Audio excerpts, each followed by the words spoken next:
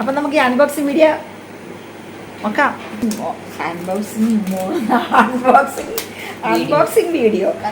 ചുരിദാറും കൂടെ കിട്ടിയ എൻ്റെ ചുരിദാർ ഇത് എന്താണെന്ന് എനിക്കറിയത്തില്ല.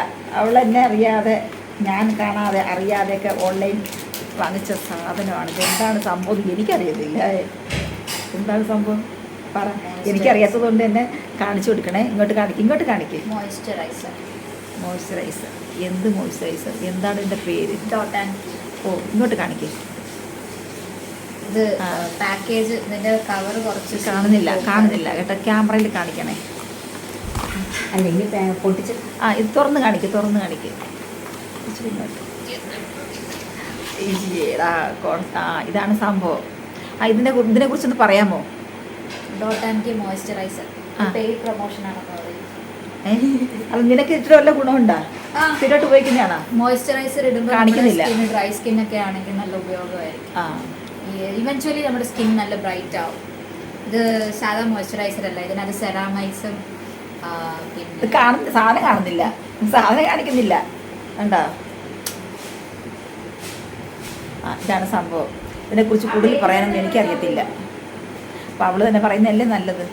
ഒന്നുമില്ല, ഇത് ഉപയോഗിച്ചാൽ നല്ലതായിരിക്കും. എന്ത് നല്ലതായിരിക്കും. കുറച്ച് കോസ്റ്റ്ലി ആണ്. ഞാൻ വാങ്ങിച്ചപ്പോൾ 395 റുപ്പീസായി. ബട്ട് എനിക്കിത് ഞാൻ ജെൽ ടൈപ്പ് ഉപയോഗിച്ചിട്ടുണ്ട്, ക്രീം ടൈപ്പ് ഉപയോഗിച്ചിട്ടുണ്ട്. അപ്പോൾ എനിക്ക് ജെൽ ടൈപ്പിനേക്കാൾ ക്രീം ടൈപ്പാണ്. അതുകൊണ്ടാണ് ഞാൻ ഡോട്ട് വീണ്ടും റീപർച്ചേസ് ചെയ്തു. കേട്ടല്ലോ, ഇതുവരെ പറയാൻ എനിക്കറിയില്ല. ഇത് കാണിച്ചേ. ഇതിൽ തൊട്ടൊന്ന് കാണിച്ച്.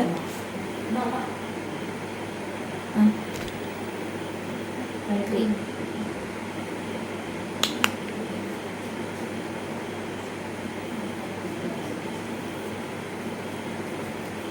എൻ്റെ ആണൊക്കെ കൈ തേച്ചിടുന്ന വലിയ ഗുണമൊന്നുമില്ല. അവളെ കൈ തേച്ചപ്പം കൊള്ളാം. നല്ല സുഖമുണ്ട്. മണമുണ്ട്. സ്മെല്ലില്ല, മൈൽഡ് സ്മെൽ. ഓ, മണമൊന്നുമില്ല. പക്ഷെ എനിക്ക് മണമുള്ളതാണ് ഇഷ്ടം കേട്ടോ. മൈൽഡ് സ്മെല്ലാണ് ഇത്. ആക്ച്വലി നല്ല വെരി എഫക്റ്റീവ് ആയിട്ടുള്ള സ്മെല്ലാണ്. പക്ഷെ എനിക്ക് കൊള്ളാം കേട്ടോ. മണം ഇല്ലെന്ന് പറയാൻ പറ്റില്ല.